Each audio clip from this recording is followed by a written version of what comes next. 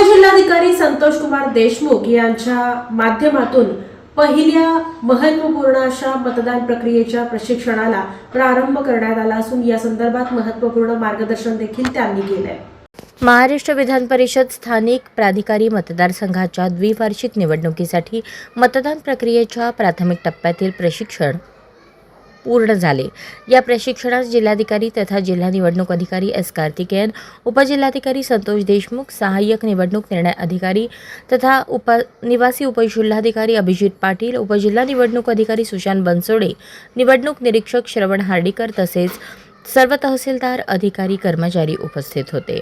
उपजिल्हाधिकारी संतोष देशमुख यांनी मतदान प्रक्रियेची संपूर्ण माहिती दिली। या निवडणुकीसाठी 6 मतदान केंद्रे, 2 उमेदवार आणि एकूण 616 मतदार निश्चित करण्यात आले आहेत। निवडणूक जाहीर आणि आचारसंहिता 18 मे रोजी लागू झाली असून मतदान 18 जून 2026 रोजी सकाळी 8 ते दुपारी 4 या वेळेत होईल। मतमोजणी 22 जून 2026 रोजी पार पडणार आहे।